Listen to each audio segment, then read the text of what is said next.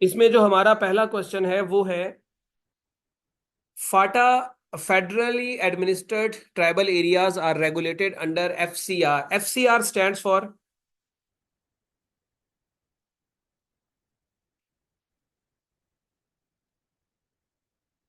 FCR stands for FCR stands for frontier crimes regulations. ठीक है, frontier crimes regulations. उसके बाद ये जो एफसीआर है बेटा, इसको ब्लैक लॉज भी कहा जाता था। इसे ब्रिटिश गवर्नमेंट ने जो है वो इसको बेटा इनिशिएट किया था तकरीबन 1901 में। 1901 में जो है वो इसको स्टार्ट किया था, इसको इम्प्लीमेंट किया था गिलगित बल्तिस्तान, जम्मू कश्मीर और फाटा के जो ट्राइबल एरियाज हैं वहां तक। और 2018 में जो है वो इसको खत्म कर दिया गया था पाकिस्तान के अंदर। कौन सी तरमीम के अंदर खत्म किया गया था? 25th अमेंडमेंट जो है वो पाकिस्तान के कॉन्स्टिट्यूशन में हुई थी, जिसको जिसके तहत फाटा मर्जर हुआ था। फाटा को जो है वो केपीके का हिस्सा बना दिया गया था। तो उस वक्त एफसीआर को जो है वो खत्म किया गया था। एफसीआर में बेसिकली तीन बेसिक राइट जो है वो इन लोगों को अवेलेबल नहीं थे। कौन कौन से? एक, अपील, वकील और दलील। यानी कि जो बेसिक लीगल राइट्स होते हैं कि आप सजा के खिलाफ अपील कर सकते हैं, आप कोई वकील कर सकते हैं, या आपको कोई दलील देने का या अपनी अपनी जो है वो सफाई में बात करने का जो है वो हक नहीं दिया गया था। तो ये तीन राइट जो है वो फाटा के लोगों को अवेलेबल नहीं थे, तो एफसीआर को खत्म कर दिया गया और इसको रिप्लेस कर दिया गया है 25th अमेंडमेंट के थ्रू। उसके बाद बेटा नेक्स्ट आ जाता है प्लूरल ऑफ शीप। शीप का प्लूरल जो है वो क्या है? Plural of sheep. शीप का प्लूरल भी बेटा शीप ही होता है। उसके बाद the British government announce the annulment of partition of Bengal in which year. किस साल ब्रिटिश गवर्नमेंट ने जो है वो पार्टीशन ऑफ बंगाल को कैंसिल किया? ये इन्होंने किया बेटा 1911 में। पार्टीशन ऑफ बंगाल हुई कौन से साल में थी?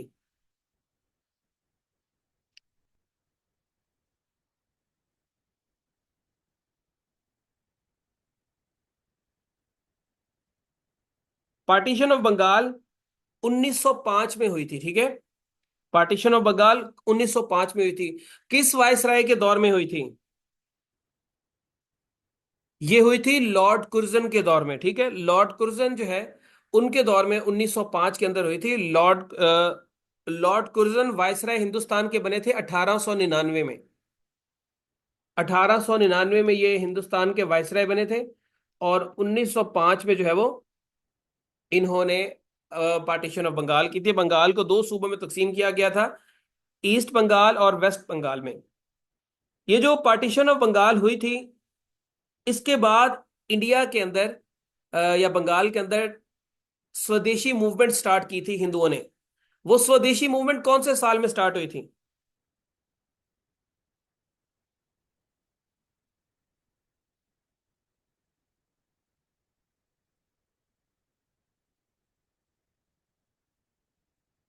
स्वदेशी मूवमेंट बेटा 1905 के अंदर जो है वो स्टार्ट हुई थी। इसको कंफर्म कर लीजिएगा, बाज बुक्स में आपको 1906 मिलता है, बाज में जो है वो 1905 मिलता है। लेकिन जो अगर विकिपीडिया पे आप इसको कंफर्म करें तो वहां पर जो है वो ये कलकत्ता में स्टार्ट हुई थी 7 अगस्त 1905 को।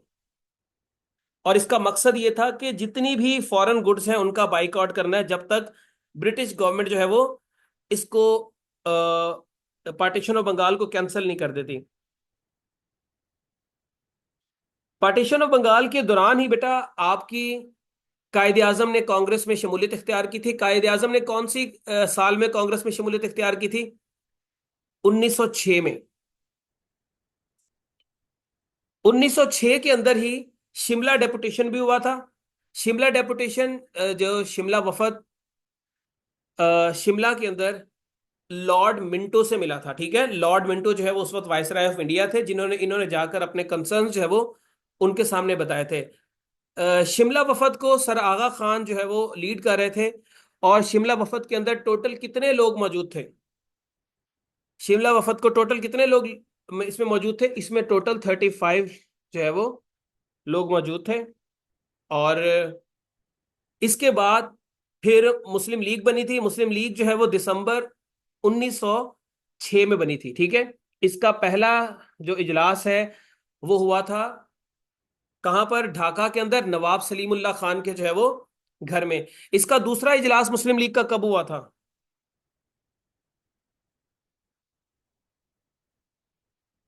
इसका दूसरा सालाना इजलास 1907 में कराची के अंदर हुआ था। उसके बाद ये जो पार्टीशन ऑफ बंगाल आपकी हुई थी, तो उस वक्त ब्रिटिश गवर्नमेंट के जो क्या कहते हैं,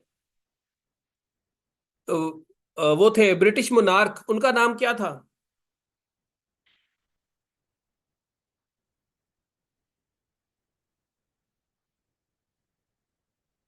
उनका नाम था king George five. George five जो है ये ब्रिटिश मोनार्क थे। और उस वक्त जो वायसराय थे हिंदुस्तान के, उनका नाम था लॉर्ड हार्डिंग्स। ठीक है, लॉर्ड हार्डिंग जो है वो, या हार्डिनेज, इनका मुझे एग्जैक्ट नाम याद नहीं आ रहा, तो ये जो थे उस वक्त वायसराय थे हिंदुस्तान के।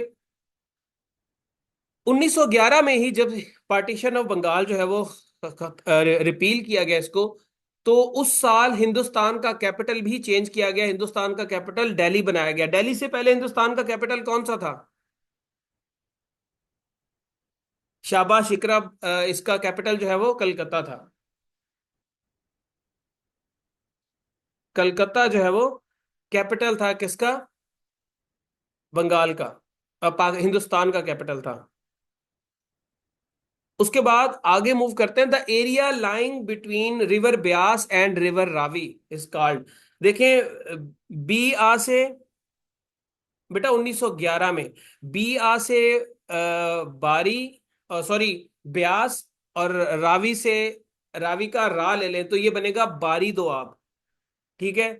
अगर रचना दोआब की बात करें तो दरियाए रावी और चनाब के दरमियान का जो एरिया है वो रचना दोआब, रा से रावी और चना से चनाब। चनाब और जेहलम, अब छज दो आप में जो ए जे है इसको आप जे ए पढ़ लें।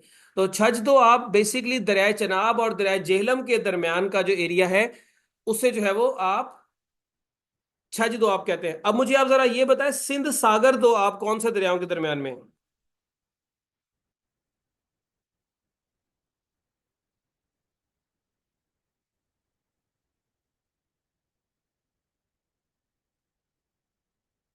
सिंध सागर दो आप।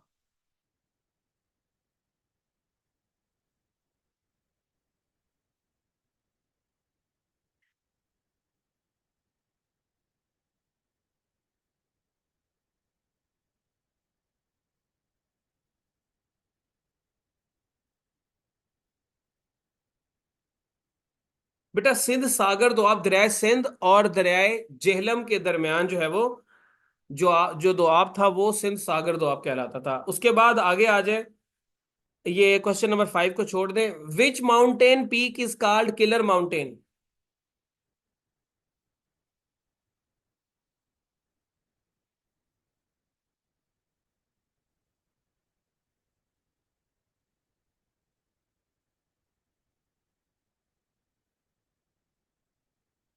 नांगा पर्वत जो है, जिसे हम नेकेड माउंटेन भी बोलते हैं, ये आपका किलर माउंटेन कहलाता है। ठीक है, इसे किलर माउंटेन कहा जाता है। नांगा पर्वत कौन से पहाड़ी सिलसिले में आता है बेटा?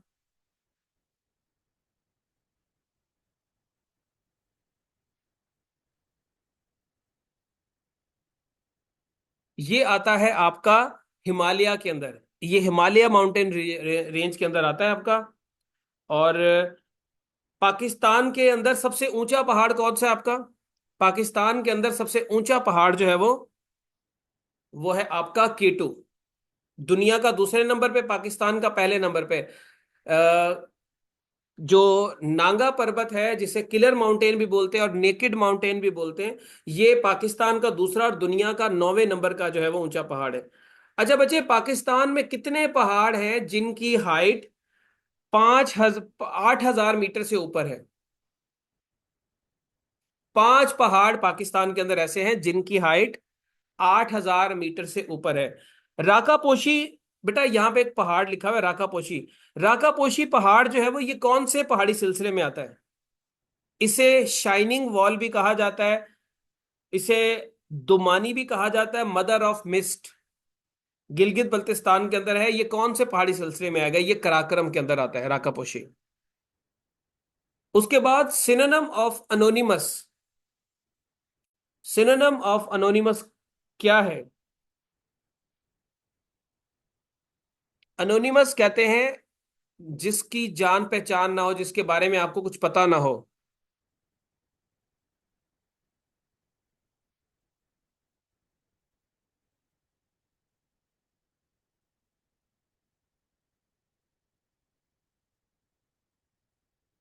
बेटा ये कहा जाता है नेमलेस को, ऐसा पर्सन जिसका हमें नाम ना पता हो। ठीक है। उसके बाद नेक्स्ट आ जाता है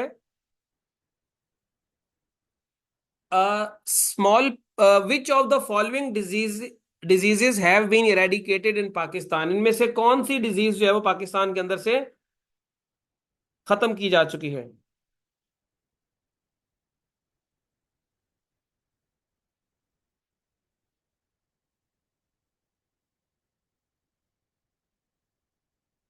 बेटा स्मॉल पॉक्स जो है ये पाकिस्तान के अंदर से खत्म हो चुका है। दुनिया में आखिरी दफा जो इसका केस नजर आया था वो 1977 में रिकॉर्ड हुआ था, लास्ट केस इसका। और 1980 में वर्ल्ड हेल्थ ऑर्गेनाइजेशन ने अनाउंस कर दिया था कि ग्लोबली स्मॉल पॉक्स जो है वो खत्म हो चुकी है। स्मॉल पॉक्स जो है वो किस वायरस की वजह से होती है बेटा? ये वेरियोला वायरस की वजह से जो है वो होती है।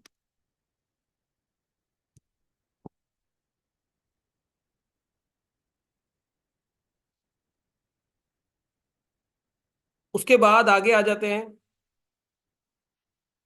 What is the opposite of utopia? Utopia means फर्जी दुनिया, मिसाली दुनिया, ख्वाबों की दुनिया।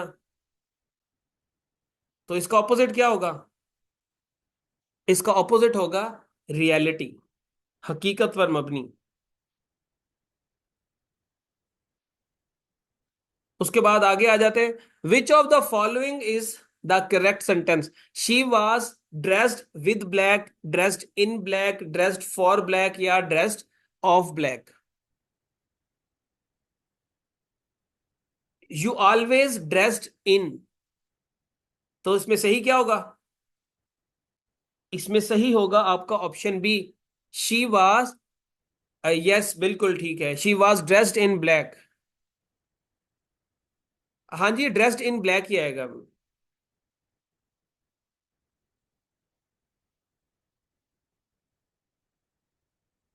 उसके बाद बच्चे, taekwondo is a popular form of martial arts.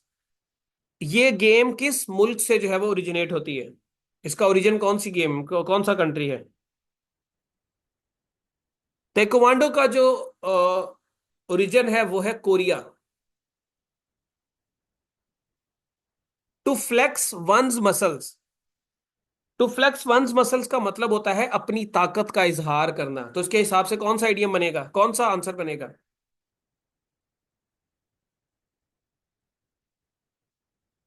इसके हिसाब से बनेगा option D, show strength and authority. तो क्रिकेट के मैच में भी अक्सर ये टर्म हमें सुनने को मिलती है कि opponent team is ready to flex their muscles. No person shall be deprived of life or liberty saves in accordance with law is provided for in article dash of the constitution of Pakistan। Article 9, ये recently इस्लामियत की class में हम लोगों ने पढ़ा था जब हम फंडामेंटल राइट की बात कर रहे थे।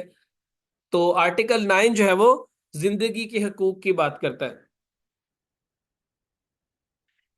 विच of the following city is not on the Pacific coast?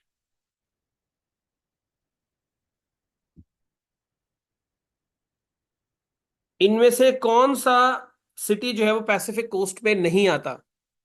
अब आप जरा देख लें। सिर्फ, जी जी,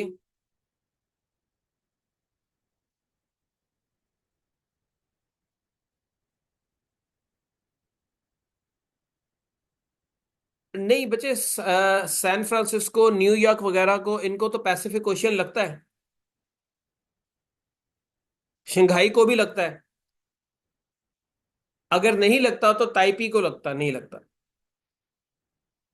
इंडो पैसिफिक ओशियन के अंदर जो है वो जो शंघाई है, सैन फ्रांसिस्को है, न्यूयॉर्क है, ये तो उसी में फॉल करते हैं, पैसिफिक वाली साइड पे आ जाते हैं। तो एक आपका ताइपी रह जाता है, जो कि कैपिटल है किसका? ताइवान का।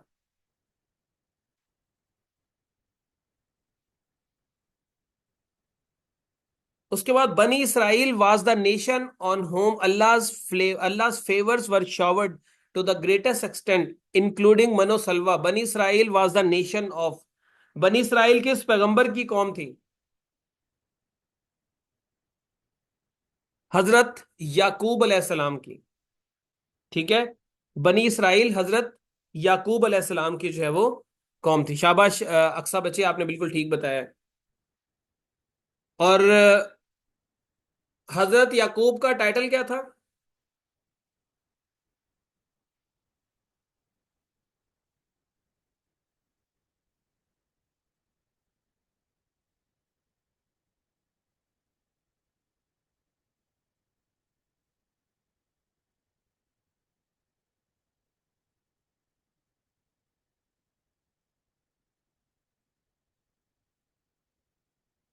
इनका टाइटल इसराइल था। अच्छा बच्चे, किसी भी दरख्त की एज जो है वो कैसे फाइंड की जाती है?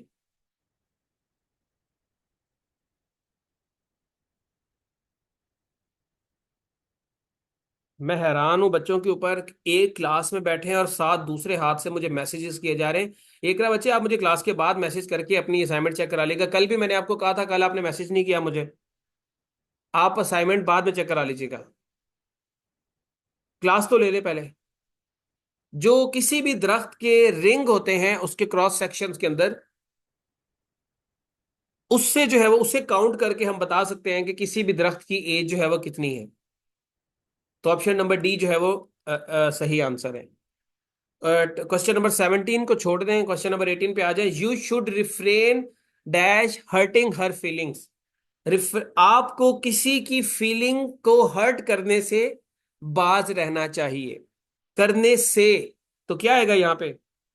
से माइंड में रखें। कॉन्टेक्स्ट इसका समझना है।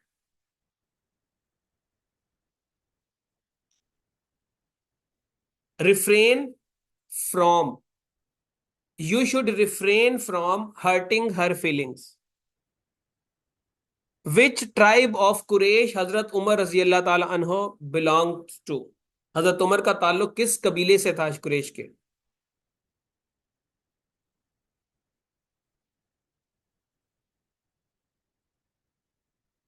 शाबाश। आपका ताल्लुक था बेटा बनु अदी के साथ। ठीक है, बनु अदी के साथ जो है वो ताल्लुक था। हजरत उमर कौन सी आयत की जो है वो, सूरत की आयत सुनकर इस्लाम में दाखिल हुए थे?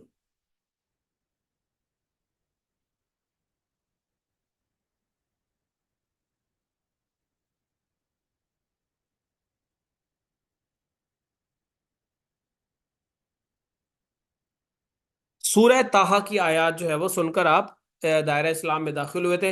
हजरत उमर किस साल दायरा इस्लाम में दाखिल हुए थे?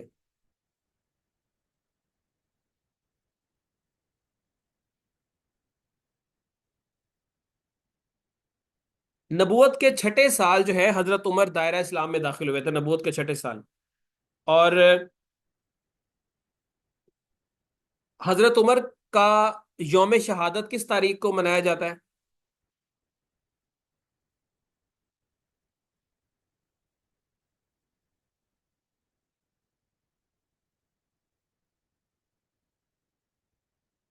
यकम मुहर्रम को जो है वो मनाया जाता है। और मुहर्रम इस्लामी कैलेंडर का कौन सा महीना है?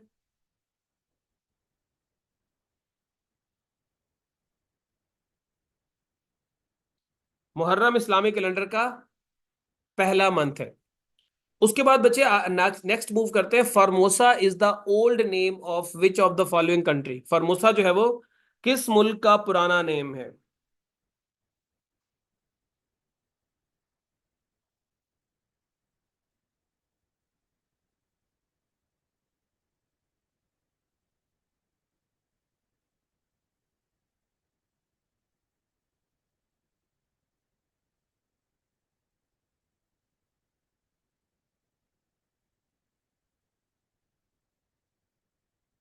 फॉर्मोसा जो है बेटा ताइवान का पुराना पुराना नाम है, ताइवान का। ठीक है, इसे पुर्तगालियों ने जो है वो इसको, इसका नाम जो है वो फॉर्मोसा रखा था, जिसका मतलब था ब्यूटीफुल आइलैंड।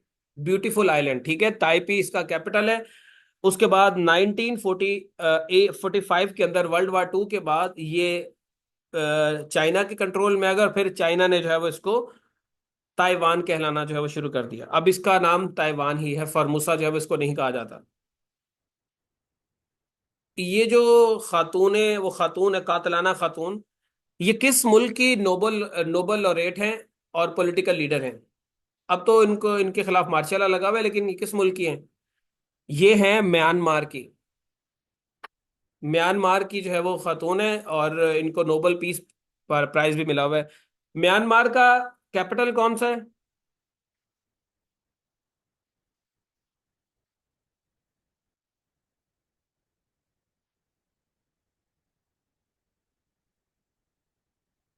म्यांमार का कैपिटल है नेपेदा।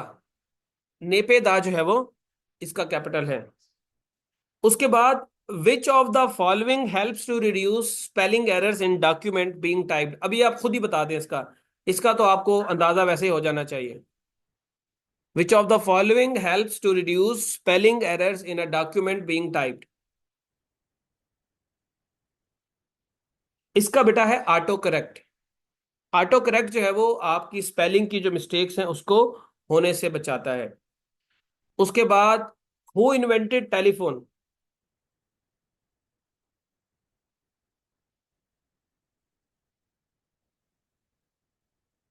टेलीफोन जो है इसका, ग्राहम बेल ने जो है वो इसको इन्वेंट किया था 1876 में। ग्राहम बेल का ताल्लुक जो है वो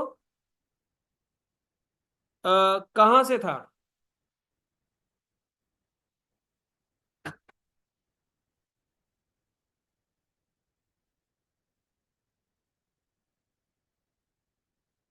शाबाश।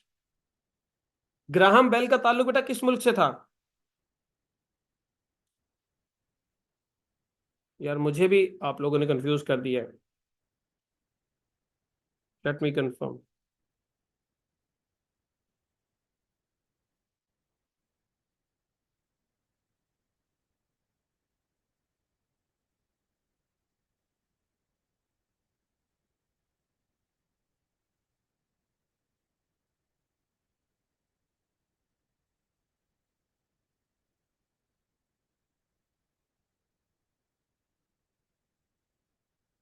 इसका, ये स्कॉटलैंड से इसका ताल्लुक था, लेकिन जो आ रहा है वो कहते हैं इसका यूएस का सिटीजन था। बट आप स्कॉटलैंड और यूएस दोनों ही माइंड में रखें। अक्सर लोग इसके बारे में बात कर रहे होते हैं कि ये जो हमें हेलो जो है वो नहीं बोलना चाहिए। इसमें आप लोग बताइएगा कितनी सच्चाई है। मेरे साथ एक मौलवी साहब बैठे हुए थे, मुझे कह रहे थे कि यार आप फोन करते हैं तो आप अस्सलाम वालेकुम कहा करें, हेलो ना कहा करें, क्योंकि हेलो का मतलब होता है ओ जहन्नमी। तो ये बात सही है। वो कहता है ये एक्चुअली दो लफ्जों का मजमुआ है, हेल ओ, ताकि हम मुसलमान जो है वो दूसरों को इस नाम से पुकारे। इसलिए मैं जब किसी को भी कॉल करता हूँ तो मैं हेलो की बजाय अस्सलाम वालेकुम करता हूँ, ताकि अगले बंदे को जहन्नमी ना कहा जा सके। इसमें पता नहीं कितनी सच्चाई है। हाय चलेगा, हाँ हाय हाय चलेगा, ताकि अगले बंदे को लगे कि आपको कोई पेन है, आगे आ जाए। United Nations conference on trade and development. बेटा ऑप्शन इसका मैंने वैसे नाम बोल ही दिया है। 24 का, ये सना ने भी सुना है, सना कह रही सर मैंने भी यही सुना है। इकरा कह रही इकरा ने भी सुना है, ठीक है। चलें बच्चे जल्दी से बताएं, और किसी मुझे वो छोड़ दें हेलो वाली बात, अब इस पे आ जाएं। UNCTAD की एब्रीवेशन किसकी है? ये है United Nations conference on trade and development. 1964 में ये स्टेब्लिश हुई थी। जनीवा के अंदर इसका हेडक्वार्टर है। जनीवा कौन से मुल्क का शहर है? जनीवा जो है वो स्विट्जरलैंड का शहर है। और पाकिस्तान ने इसको कौन से साल में ज्वाइन किया था?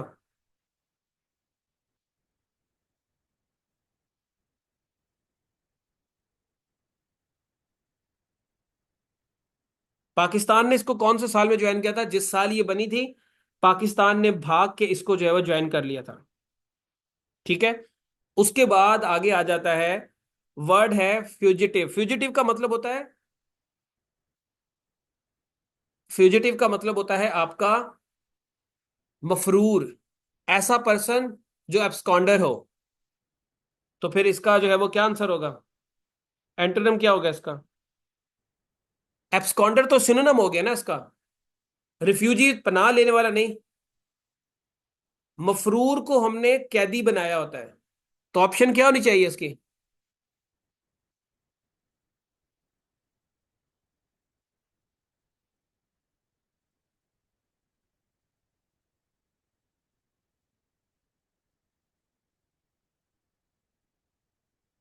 Option D is the right answer. उसके बाद क्वेश्चन नंबर 26 आ जाता है। Which article of the constitution requires that any person arrested shall be produced before a magistrate with in 24 hours. तो आर्टिकल 10 का सब सेक्शन 2 जो है बेटा ये कहता है कि किसी भी शख्स को अगर आप पकड़े तो उसको आपने विद इन 24 आवर्स मजिस्ट्रेट के सामने जो है वो पेश करना है। Option B is the right answer. Chronometer is use to measure. Chronometer किस चीज को मैयर करने के लिए यूज होता है? क्रोनोलॉजी से याद रखें, क्रोनोलॉजी एक इवेंट्स की तरतीब होती है कि पहले ये इवेंट हुआ, फिर ये इवेंट हुआ, फिर ये इवेंट हुआ, फिर ये इवेंट हुआ। तो क्रोनोलॉजी से क्या आपको समझ आती है कि क्या होगा? ये बेटा टाइम। टाइम जो है उसको मैयर करता है chronometer.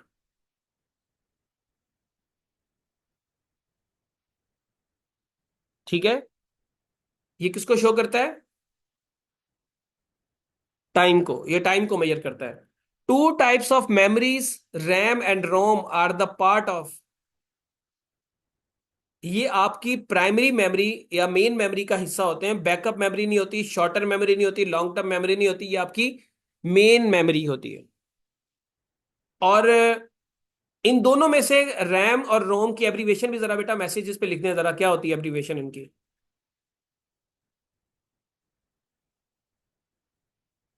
RAM random access memory, रोम रीड ओनली मेमोरी।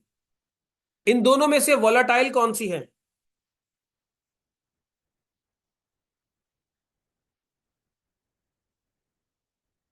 रैम जो है बेटा वोलाटाइल मेमोरी है और रोम जो है वो नॉन वोलाटाइल मेमोरी है। The instrument for measuring the speed of wind, speedometer, hygrometer, anemometer या टेकोमीटर? टेकोमीटर तो मेरे ख्याल में ये रोटेशन को फाइंड करने के लिए यूज होता है। हाइग्रोमीटर जो है वो ह्यूमिडिटी को मेजर करने के लिए यूज होता है। स्पीडोमीटर गाड़ियों की स्पीड के लिए यूज होता है। तो ऑप्शन क्या रह जाएगी? ऑप्शन कौन सी रह जाएगी? हाइग्रोमीटर ह्यूमिडिटी को फाइंड करता है, टेकोमीटर रोटेशन को फाइंड करता है, स्पीडोमीटर स्पीड गाड़ियों की उसमें लगा होता है, अनीमोमीटर जो है वो राइट आंसर है इसका।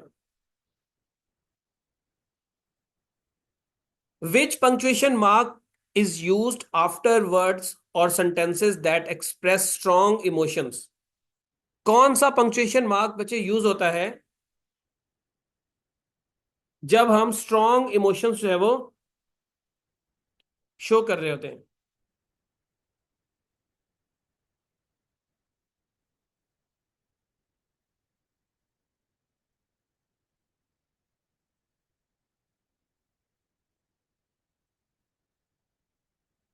उस वक्त हम लोग एक्सक्लेमेशन मार्क जो है वो उसका इस्तेमाल करते हैं, एक्सक्लेमेशन मार्क का। ठीक है। उसके बाद नेक्स्ट आ जाता है बेटा आपका खैबर पास इज सिचुएटेड इन। अच्छा, खैबर पास एक्चुअली कोहे सफेद में आता है। ठीक है। कोहे सफेद के अंदर जो है वो खैबर पास आता है, लेकिन पता नहीं शायद कुछ हिंदू कश का भी कुछ हिस्सा इसके साथ लगता हो। तो इस सवाल के हिसाब से, इन ऑप्शंस के हिसाब से जो सही आंसर है वो कौन सा है आपका? 31 का सी, हिंदू कश रेंज। कराक्रम रेंज तो आपकी उस तरफ चली जाते हैं, वो इधर आती नहीं है। इस तरफ हिंदू कश रेंज है, फिर कोहे सफेद है, कोहे सफेद आगे फिर इस्लाम का उधर अफगानिस्तान में दाखिल होती है। सुलेमान रेंज आपकी ये साउथ वजीरिस्तान और फिर बलूचिस्तान में जाती है। हिमालय आपकी इस तरफ ही रहती है, ये आपके कश्मीर और ये लोअर साइड पे। तो हिंदू कश range is the right answer. Basically ये कोहे सफेद में आता है, जिसे स्पिनगर माउंटेन भी बोलते हैं, खैबर पास। लेकिन यहाँ पर हिंदू कश लिखा हुआ है तो हिंदू कश ही मान ले आप। खैबर पास की जो बेटा आपकी क्या कहते हैं, लेंथ है वो कितनी है?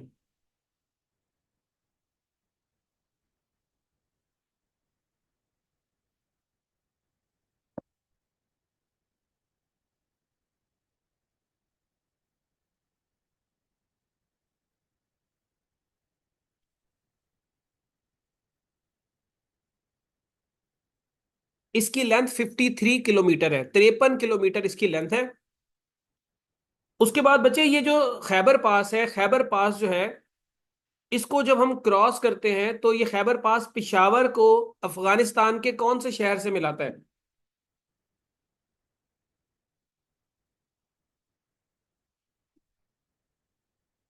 बेसिकली ये एमसीक्यूज में इस तरह आता है कि पिशावर को काबुल से मिलाता है।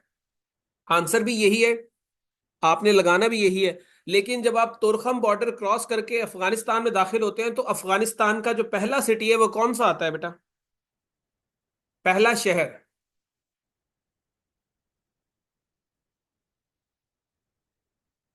पहला शहर जो आता है वो है जलालाबाद। जलालाबाद जो है वो आता है, और वो जलालाबाद कौन से सूबे का कैपिटल है अफगानिस्तान के? अफगानिस्तान का सूबा है नांगरहार।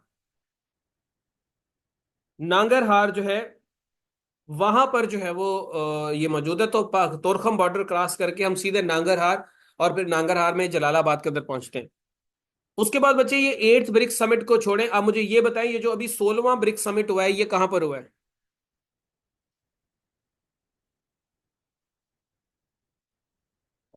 16वां ब्रिक्स समिट रशिया के अंदर हुआ है।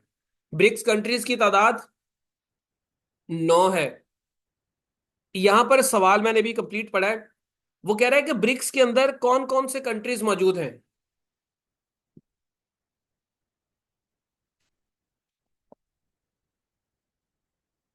इस सवाल के 2016 में कौन से? नीचे ऑप्शन डी जो है, Brazil, Russia, India, China and south Africa. इनमें से कौन सा कंट्री है जिसे अमेरिका ऑफ अफ्रीका कहा जाता है? America of Africa.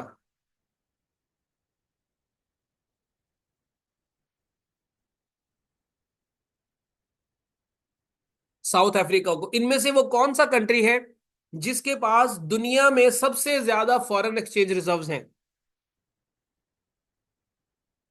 Foreign exchange reserves China के पास है दुनिया में सबसे ज्यादा।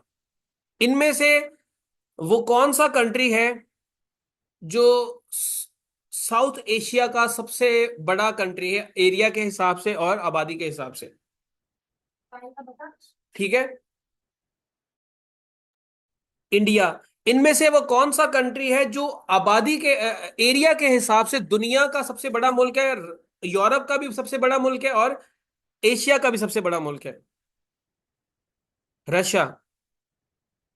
इनमें से वो कौन सा मुल्क है जो बरे आजम साउथ अमेरिका का सबसे बड़ा मुल्क है एरिया के हिसाब से और आबादी के हिसाब से?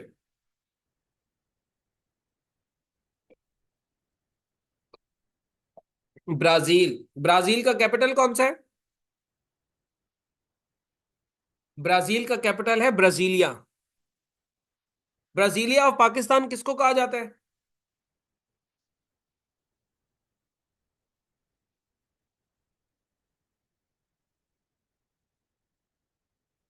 Brasilia of Pakistan.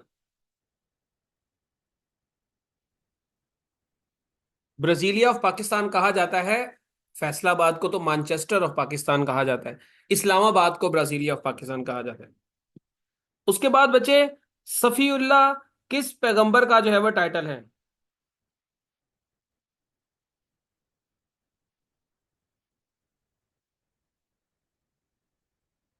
सफीउल्लाह हजरत आदम अलैहिस्सलाम का जो है वो टाइटल है। ठीक है।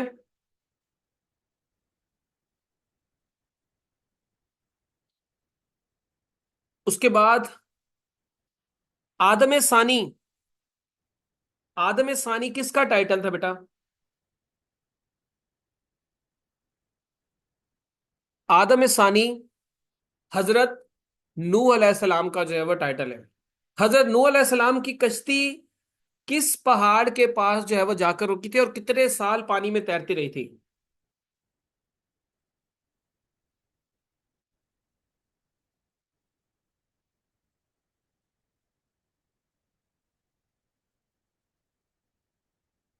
कोहे जूदी तुर्की में जो है वो जाकर ये कश्ती रुकी थी। 6 महीने तक ये पानी में जो है वो तैरती रही थी।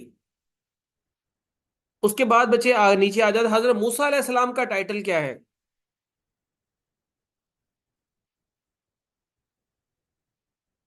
हजरत मूसा अलैहिस्सलाम का टाइटल कलीमुल्लाह। ठीक है। उसके बाद आ जाते हैं क्वेश्चन नंबर 35 पे। Choose the synonym of cataclysm. इसका मतलब होता है तबाही, आफत, कोई इनकलाब। इनकलाब से ज्यादा ये तबाही की सेंस में ज्यादा यूज होता है। Which option is the right answer? Catastrophe, option B is the right answer. ठीक है। और आखिरी सवाल, which how many prophets are mentioned in holy Quran? Option C is the right answer. 26 prophet जो है वो इस्लाम कुरान मजीद के अंदर उनका जिक्र है। The world's oldest surviving monarchy is Japan. Japan की जो मोनार्की है वो दुनिया की ओल्डेस्ट सर्वाइविंग मोनार्की है। ये बच्चे आपका आज का पेपर था। कुछ सीखने को मिला है आज की क्लास में। बाकी अब आप लोगों का पेपर मुझे आप लोगों ने बता दिया है कि 24 तारीख को है, तो इंशाल्लाह एमपीटी वाले बच्चों के साथ साथ आप इसके ऊपर भी ध्यान देंगे। ठीक है, इसके ऊपर मैं आप लोगों को छोटी छोटी चीजें सेंड करता रहूंगा, आप उसको भी पढ़ते रहिएगा। हजरत सबसे पहले फरिश्तों ने, फिर उसके बाद हजरत आदम अलैहिस्सलाम ने, फिर हजरत नूह अलैहिस्सलाम ने, फिर हजरत इब्राहीम अलैहिस्सलाम ने,